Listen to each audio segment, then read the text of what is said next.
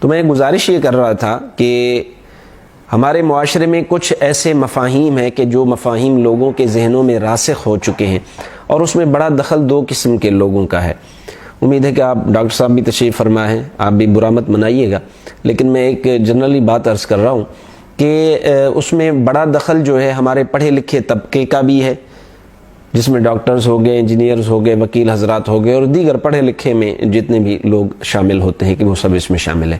کہ کچھ ایسے مفاہیم ہیں کہ جو انہوں نے خود اپنی طرف سے طے کر رکھے ہیں، وہ شرعی تشریح نہیں ہے یا علماء کی تشریح نہیں ہے۔ ایک ان کا دخل ہے،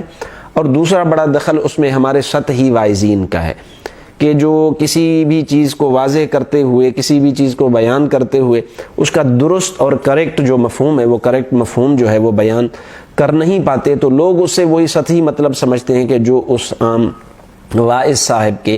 زبان سے نکلتا ہے۔ ہمارے ہاں لوگوں کو عادت ہوتی ہے کہ دین کے معاملات میں تشریح اپنی طرف سے کرتے ہیں، لیکن اگر اسی مثال کے طور پہ ڈاکٹر صاحب آپ سے اگر پوچھوں میں کوئی مسئلہ اور آپ ابھی بیان بھی نہ کریں، میں پہلے ہی اس پر اپنی میڈیکلی رائے دینا شروع کر دوں، تو میں سمجھ رہا ہوں کہ ایک مجھے کا خیز بات ہوگی، اور آپ کو بھی حیرانی ہوگی کہ مولانا کا یہ کام ہی نہیں ہے تو ہماری میڈیکل میں دخل کیوں دے رہے ہیں۔ میں مثال ایک عرض کر دوں تاکہ بات واضح ہو جائے۔ کل میرے پاس ایک صاحب تشریف لائے اور انہوں نے ارشاد فرمایا کہ حضور صلی اللہ علیہ وآلہ وسلم نے رمضان المبارک میں آخری 10 ایام میں حکم ارشاد فرمایا ہے کہ آپ لیلۃ القدر کو تلاش کریں۔ تو میں نے کہا بالکل درست بات ہے، کئی احادیث موجود ہیں، اور متفق علیہ حدیث ہے۔ سیدہ عائشہ صدیقہ رضی اللہ تعالی عنہا روایت فرماتی ہیں کہ حضور صلی اللہ علیہ وآلہ وسلم نے ارشاد فرمایا تحروا لیلۃ القدر فی الوتر من العشر الاواخر او کما قال النبی صلی اللہ علیہ وسلم، کہ آخری 10 دنوں میں جو اس کی طاق راتیں ہیں، ان طاق راتوں میں لیلۃ القدر کو تلاش کرو۔ تو اب وہ صاحب ارشاد فرماتے ہیں، اب یہ وہ مفہوم ہے کہ جو انہوں نے اپنی طرف سے طے کر رکھا تھا۔ انہوں نے ارشاد فرمایا کہ جناب میں 21 کی رات کو بھی جاگتا ہوں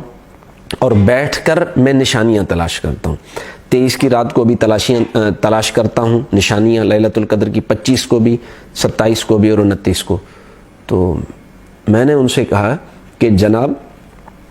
یہ بالذات نشانیاں تو مقصود ہیں ہی نہیں کہ آپ بیٹھ کر نشانیاں تلاش کرتے رہیں کہ بھئی یہ نشانی، وہ نشانی، وہ نشانی، تو خود لیلۃ القدر میں آپ نے جو بھی آپ کو ملنی تھی، آپ جاگے کب اس میں، عبادت کب کی، تو وہ ہکا بکا رہ گئے۔ تو مطلب یہ ہے کہ انہوں نے اپنی طرف سے ایک مفہوم اپنے ذہن میں گھڑا تھا، میں نہیں سمجھ رہا کہ کسی عالم دین نے یہ بیان کیا۔ تحروا لیلۃ القدر کا مطلب کیا ہے کہ تلاش کرو، تلاش کرنے کا مطلب یہ کہ اس رات میں جاگ کر عبادت کرو، نہ کہ بیٹھ کر باہر جو ہے تم وہ نشانیاں تلاش کرتے رہو۔ جیسے کوئی شخص مسجد کے اندر نماز پڑھ رہا ہے اور کوئی شخص دروازے سے کھڑے ہو کر اس کی نماز کو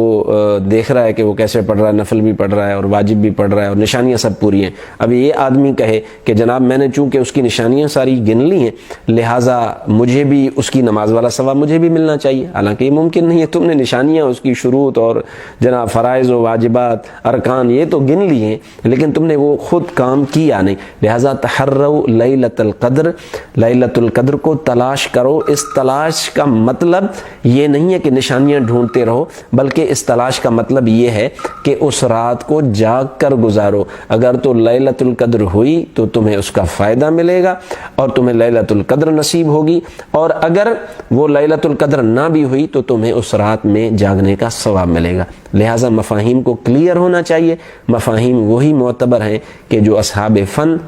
اور اصحاب تخصص طے فرمایا کریں۔ امید ہے کہ میری بات واضح ہوگی۔ شکریہ، السلام علیکم۔